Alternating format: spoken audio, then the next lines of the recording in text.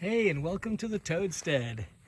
And what we have here is probably going to be our final 2019 Chevrolet Silverado regular cab long bed review. We've had it for about a year now, a couple of weeks past. And for those of you who haven't been following, it's been a long journey for us to get to having this truck. And we were fortunate enough to have, we went through a lot of trucks before we got here. And now we'll just tell you from a user's standpoint, not from a salesman or anything like that. This is our truck. Spent good money on it. And we're just gonna walk around. I'm gonna tell you the things I like and the things I don't. Well, the obvious first thing is, hey, fingers. It was new. So not having to worry about the things associated with a used car, they're gone. So that was wonderful. We did get the extended 8-year warranty on it. And that brings me to some of the recalls. This is the first year of this body style. Notice the rounded fenders and whatnot, which really separates this from the years beforehand. And there was nothing, I think we had like 4 recalls, nothing special ordered, nothing emergency, a few tweaks on the computer. And the only thing we've had gone wrong with this, or go wrong, was the passenger side seat belt just wouldn't, it's like the computer didn't even know it was there. So we brought it in, dealer was awesome, gave us our loaner car, and after a couple days they called us up, and what happened was, maybe somebody was asleep at the switch, but the plug under the seat, on the other side of course, the plug simply had come undone. So yeah, I guess it was a minor pain for them to take the seat out and lift up the well, in our case, the plastic floor coverings, and plugged it back in, no problem since. We did have a warranty repair on the trailer hitch, which I'm gonna give you one of the things I don't like. And we've managed to get around it. But this is the trailer hitch.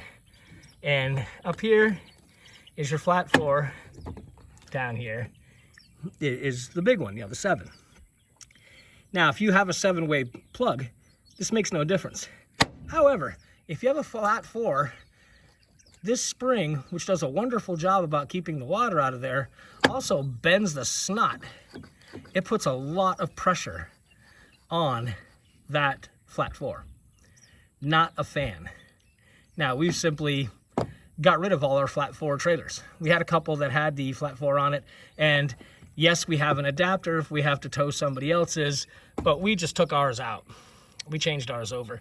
So that's no longer an issue, but Chevy might want to keep an eye on that one.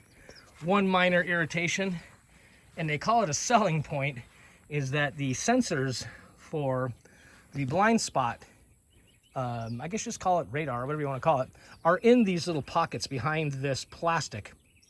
Can't get through metal. So they actually made these bigger. Okay, if you got big boots, works, and they tell you, hey, look, we made these bigger. The real reason was so this sensor could sense more area.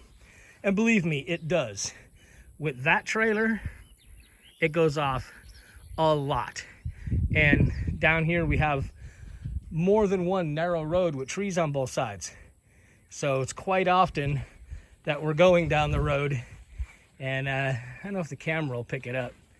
If you look in the mirror, right above my finger is the little spot that lights up when there's a car in your blind spot. So that's really been the only negatives. There's a couple interesting decisions. Yes, the floors are dirty. This is not Pebble Beach, it's a farm.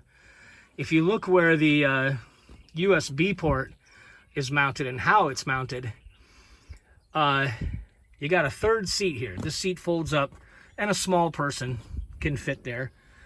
But you pretty much are setting up your owners to put a small person here. Small people's brains usually are not quite finished developing yet. And you put a vulnerable USB port right there where their knees are going to be. Not a good move. But again, not a deal breaker. But hey, that could have been thought out just a little further. Nothing at all. Love the aggressive look. Have to admit I like the Duramax hoods better. And no, they won't fit. I checked into that. You cannot replace one of these hoods with a Duramax hood. The whole front clip is just different enough where if you want the Duramax hood, buy a Duramax. This is a bottom of the line truck. This is a WT. So it doesn't have a whole bunch of awesome options. OnStar's up there, blah, blah, all of that. I remember when somebody called me one time. I was actually coming home, had no idea, and all of a sudden my truck started talking to me. It was a woman from Canada trying to get me to buy OnStar. And I politely told the lady I wasn't interested at all, but I would be lying if I didn't say it was somewhat disconcerting to have somebody be able to call you in your car from Canada. Just don't like that. It's got an electronic parking brake.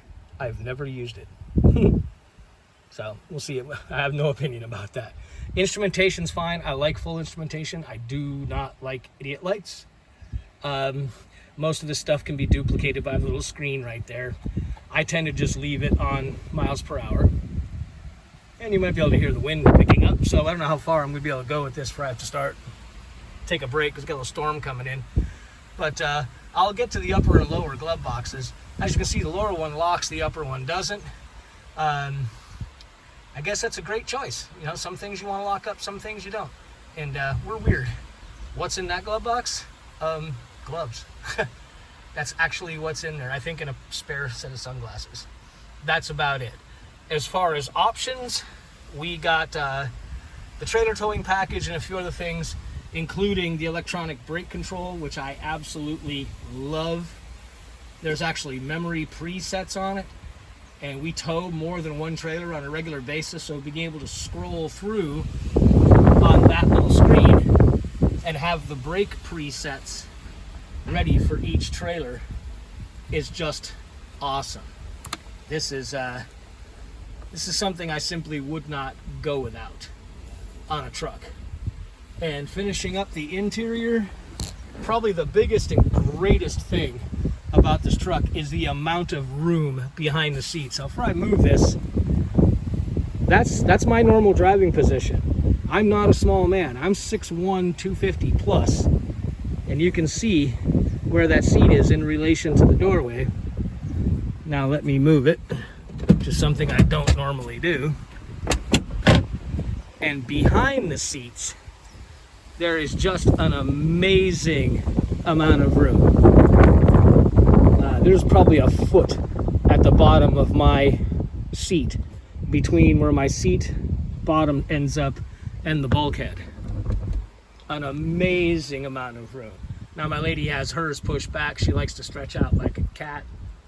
But I cannot emphasize how much room you get in a single cab pickup back here. And for those who are curious, yeah, these little doodads are so you can put a child's seat in the passenger or in the center seat, or both. So very, very, very surprised. And in fact, I'm putting the seat all the way back. When that seat is all the way back, you can see how much it now disappeared behind the door frame. I almost can't reach the pedals, just barely with my toes. I cannot tell you how long it's been since I sat in a vehicle where I couldn't reach the pedals. And can't say enough about how much room there is. So, there's a little storm coming, so we'll progress as far as we can. Now, there's some vanity things. you know, I do like the electric tailgate, I'm not gonna lie. Now, it sounded like a popper because with the tonneau on it, it forms a good seal right here, pretty good seal. And it also prevents the bed, the tailgate from just really just coming right down. If the tonneau wasn't on it and I hit the button, it would just drop. No big deal. And I think what I'm going to do is take a little break here, because as you can see, got some rain coming, and I want to finish this off by showing not only the impressive improvements that Chevrolet made with the bed itself of the truck, but how much we like this combination of the Retrax roll-up tonneau cover and the removable Yakima ladder rack. But we're gonna get chased inside for right now, and we'll come back when it's a little drier.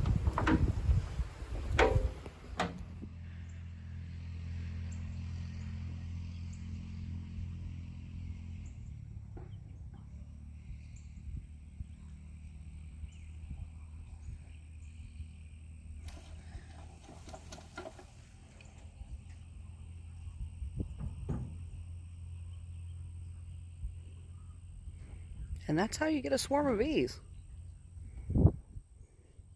Hopefully.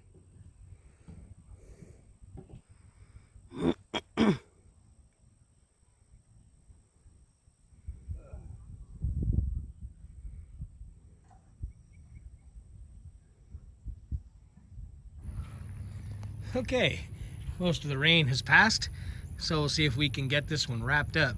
Now, before we go too deep into the bed, going back to the towing and all that, this did come with a little camera in the back along with the button to open it. Let me fold in some video about something I think that's cool with the trailering. I don't know how well this is coming on the camera, but if you look, we're in reverse and the camera's now on. There's my finger. See that line right there? See if I can get a little closer. Watch as I turn the wheel back and forth. That little line follows the steering wheel. And if I can do this while you're watching, what it allows you to do is to put the ball right on where you want the trailer. So if you don't have a helper, give me a second to turn the parking off, otherwise it'll beep at us as we get closer. We're able to put the ball right on the hitch. It's kind of hard to do one-handed, but you get the idea. And yes. Now if you look close, almost perfect. You can see the balls right there, the hitch is right there. So we'll cut it hard over, and you'll see the ball go right under the hitch. Kind of decadent, but you know, when you're by yourself, it sure makes it a whole lot easier to hook up a trailer. All right, now the bed itself, this is the thing we like the most about the way this is set up. So it's still raining a little bit, but we'll just go ahead and give you an idea how the tonneau handle pops up. And then because the truck's slightly pointing downhill, it's gonna fold itself all up. And you can see the canister that that folds up into. And there's a couple of drain holes that will let water out that gets rolled up. And now we'll open the bed up. And it pops open. And I found out it's the little bit of ceiling right here that holds the bed. Oh well, we can live with that. All right, like a lot of trucks, it has all these indentations in the side. And pretty much what they're for, in case you don't know, is that you can take other pieces of lumber, like you can see this 2x6 is fitted all the way across in those slots. And you can build a deck in here, you can build several different compartments, however you need to do it. But I don't know if Chevrolet actually kept this in mind, but yes, regular gas cans fit, and a milk crate fits perfectly in that spot. And we've had them all lined up here. It's also awesome for groceries. You get a whole bunch of groceries, you don't have to worry about your oranges rolling up to the front while you're driving home. You just plop, plop, plop, plop, plop. Put them all right there. Now, one of the other things it came with was an inverter. And one of the 110 plugs is hiding here in the bed under a weatherproof cover. And there's another one on the dashboard. Now, the good thing is, hey, it has 110 power, has to be running. We've used it a bunch on job sites for charging battery operated tools. But it has its limitations. We tried to use it with a Makita Sawzall, an electric one of course, and no can do. I do not know what the exact amperage limits are on it, but you hook up something like a Sawzall to it, it'll run for a couple seconds, shut off, it resets itself, but I wouldn't recommend that because doing it over and over again, probably not such a good idea. But let's get this. Another thing about the tonneau, so you can pretty much put it in any position and lock it. It won't move, which has come in handy for us on a couple occasions. Let me see if I can reach around and grab it. Ha, gotcha. When we've had oddly long cargo that we had to carry, and it was nice to be able to run the tonneau all the way back to that object. And I guess if you had a fifth wheel, you could stay covered most of the time. A gooseneck even. It could stay covered most of the time, and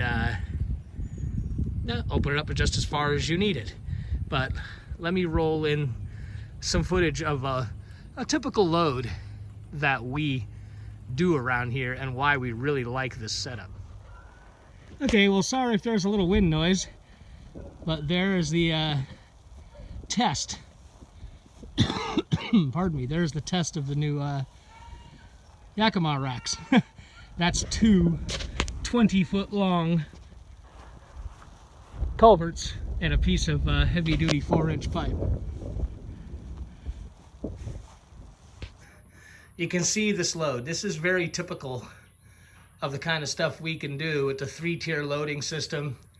And so big kudos to Chevrolet. Love the bigger bed. Love all the room in the cab. And big kudos to Retrax for this weight-bearing roll-up tonneau cover. And certainly kudos again to Yakima for building a rack that can do more than just carry a few bicycles or a couple of kayaks. And for anybody who's familiar with Yakima, yes, let me show you on this side. The bottle openers are still there. Okay, so as you can see, it's pretty versatile.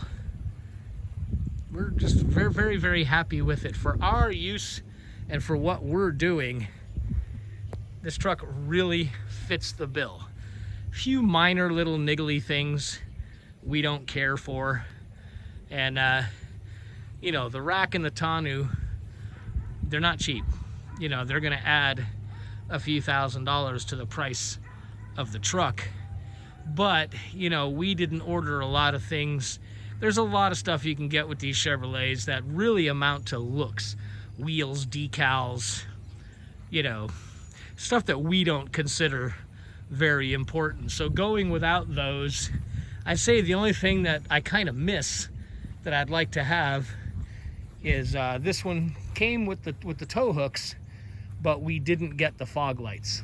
That was a very expensive option on there. And of course, as the truck ages and the aftermarket stuff starts catching up, we won't have any problem doing that aftermarket.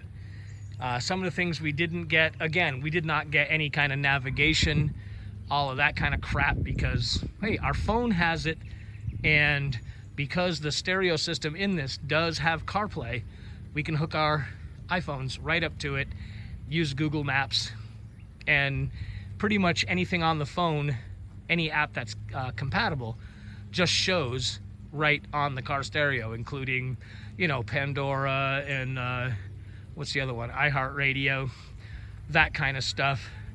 So yeah, compared to the Yukon that we traded in for this, okay, I'll admit we're gonna miss the heated seats in the wintertime, but that kind of stuff really just isn't that important to us.